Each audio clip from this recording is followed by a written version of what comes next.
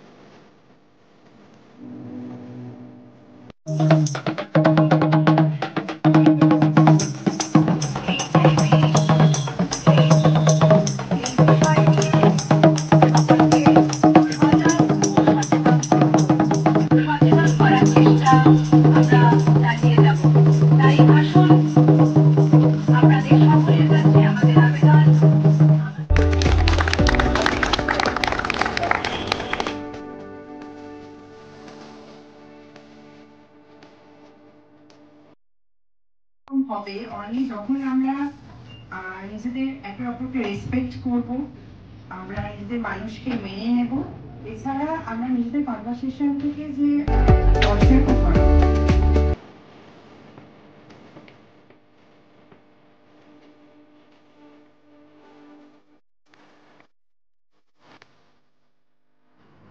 Okay.